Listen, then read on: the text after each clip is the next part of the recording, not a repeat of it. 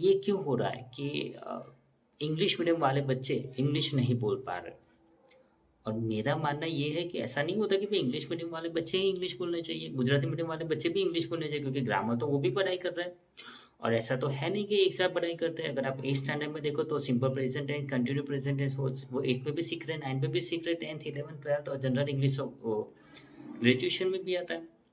तो गुजराती बच्चा भी, हिंदी बच्चा, उर्दू बच्चा, कोई भी बच्चा हो, वो इंग्लिश तो बोलना ही चाहिए। इतने सारे साल वो इंग्लिश पढ़ाई कर रहा है, बहुत अच्छे से पढ़ाई कर रहा है। दिक्कत क्या आ रही है?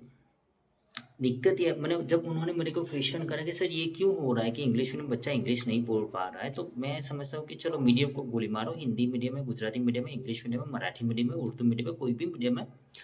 लेकिन इसका एक मेजर प्रॉब्लम मेरे को ये लग रहा है कि इंडिया में इंग्लिश सिखाया जाता है, प्रैक्टिस नहीं करवाया जाता। मैं रिपीट करता हूँ, इंडिया में इंग्लिश सिखाया जाता है, प्रैक्टिस नहीं करवाया जाता। इसका मतलब ये हो गया कि इंग्लिश को एज ए सब्जेक्ट लिया जाता है, नहीं कि लैंग्वेज।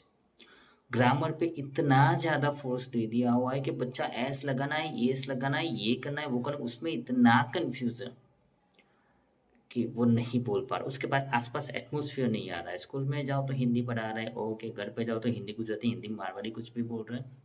एटमोसफियर नहीं मिल रहा है बच्चों को, है ना? तो ये जो सैटरडे जो आ रहा है ना, जो सैटरडे को बहुत सारी एक्टिविटी, तो उसका हम यूज़ कर सकते हैं, उसका एडवांटेजेस ले सकते हैं और बच्चों को जो ये प्रैक्टिस करवाना है इंग्लिश, वो प्रैक्टिस करवा सकते हैं। यानी मैं अहमदाबाद से बिलोंग करता हूँ, अहमदाबाद गुजरात से आप सब लोगों को पता है। आपको पता है हमारे अहमदाबाद में हमारी जो सोसाइटी है ना, मान लो कि सारे गुजराती की सोसाइटी है, लेकिन अगर एक बच्चा हिंदी बोलने वाला आ जाता है ना, सारे बच्चे हिंदी बोलना स्टार्ट कर देते हैं। और अगर मैं हिंदी को इतना बोल रहा हूँ तो मुझे भी लग रहा है कि मेरे एटमोसफियर की वजह से ही मैं हिंदी बोल रहा हूँ, वरना हिंदी नहीं उतना पॉसिबल होता गुजराती के लिए स्पेशली।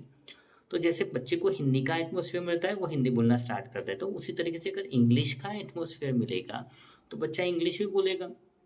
यहाँ वो पैदा हुआ, मान लो यहाँ पैदा हुआ, उसको उठा के इंग्लैंड रख के आओ तो 2 साल के बाद वो इंग्लिश ही सीखने वाला है, वो गुजराती नहीं सीखने वाला।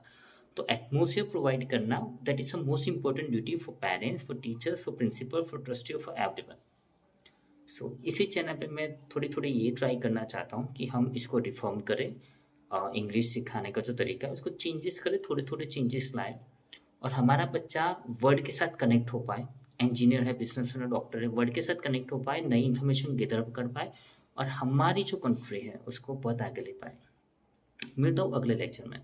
तब तक के लिए जय हिंद, जय भारत, जय संविधान।